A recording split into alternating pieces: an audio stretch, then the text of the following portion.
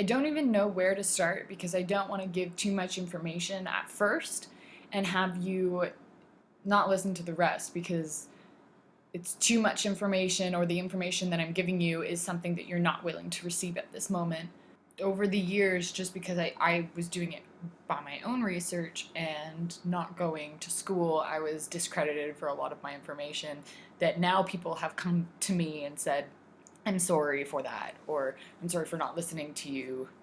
It's not really about me, it's about you. I am not trying to be a doctor or trying to pose as a doctor. Doctors have failed me time and time again, saying that everything was fine, my blood work was fine, and they just can't help you because they don't know how to heal.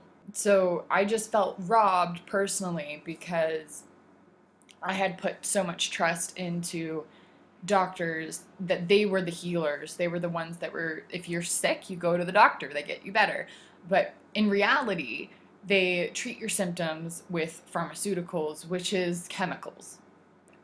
That has never really made sense to me, especially after I was diagnosed with a hypothyroid at way too young of an age, in my opinion. How I discovered the imbalance that caused that was my gluten intolerance that was self-diagnosed. This was around the time when gluten-free became super popular and everything was labeled as gluten-free. Did I then realize that correlation with having no education in health or science at all? I was just able to see that from my symptoms, assessing myself, and that's basically what I want to get to here, is that you are your best doctor. You are always going to know how you feel. You're the only person that can convey that and communicate that for others to help you. I personally see all sides of the spectrum, mind, body, and spirit. You really have to go at the underlying levels of mind and spirit before you see the body, because not always will a physical manifestation come from the external environment. My belly used to be pretty wide. I'll show you a picture here. So I kind of look like Winnie the Pooh. You can't really see from that photo, but you can see from this side how wide my stomach is. That felt hard, and I was hot, overheated whenever I ate gluten. I could see the signs. Never, ever did the doctor know what I should be eating. I've been wanting to do these for a really long time, and it's been just constantly in my mind, but unfortunately when I had candida, I couldn't really think that well or formulate my sentences or even be able to say what I want to say. I feel like I have so much to say, and I don't know how to get it all out at the same time.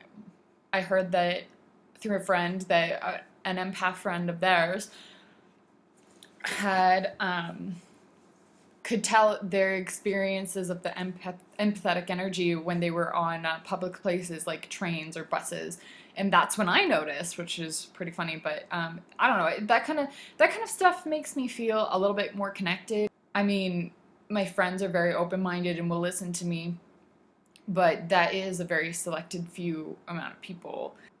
I'm not trying to convince you. I don't care, actually, if you care.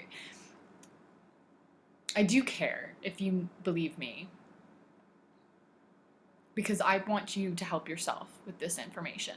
As soon as you say the word psychic, people just get like, oh, you're one of those, or I don't understand though, because when you look at the facts, it connects. It makes sense. It's almost as if people are judging because of their ignorance. And I want to know how many times people have actually done that in life, and not only just for psychics, but for other people. And I understand that a lot of people think that they're just walking bags of meat, but I'm sorry, but I can feel your energy. I can feel when there's Wi-Fi waves on. I can feel the energy from any kind of electronic. And sometimes when I'm on my laptop too close, I can feel it start to absorb into my hand, like as though my energy is being clogged by this electromagnetic field. I notice it a lot in light bulbs as well. I can't really sit under light bulbs. It kind of makes my thinking fuzzy, and it feels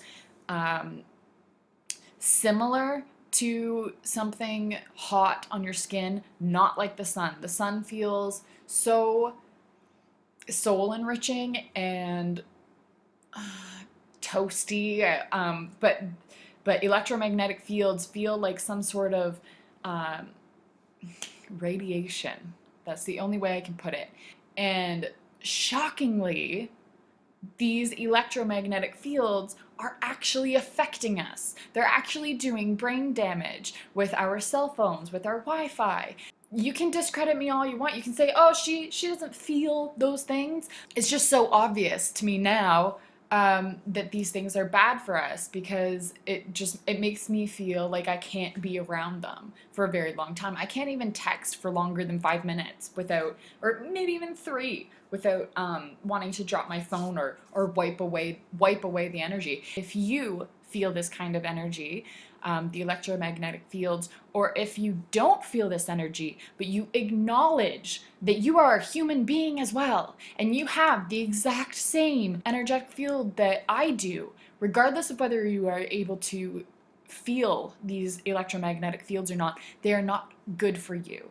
With the advancement of technology and constantly relying on machines and technology is going to make the human population very sick and very unemployed. I'll be just holding it like this, and I can just tell that it's on. Yeah, so I'm gonna turn on airplane mode. Suddenly it becomes like this empty, heavy, non-electromagnetic sending telephone. Like, this feels different. This feels like a watch or something that you can't really sense, that isn't sending harmful radiation or electromagnetic waves. I'm not a scientist, so I'm not able to prove to you how this works, but there are multiple studies out there. I believe it's called electromagnetic hypersensitivity. And the symptoms can vary. For me, like I said, it just feels kind of like an uncomfortable feeling, like it's absorbing into my body. So I just like to wipe it off and just flick it. And I know how silly that may seem, because you're not seeing anything. I know how that seems, especially if you can't feel it.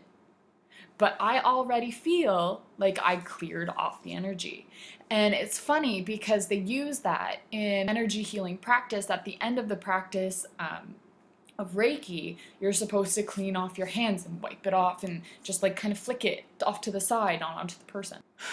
The problem with being closed-minded is that we are reliant on scientific facts only.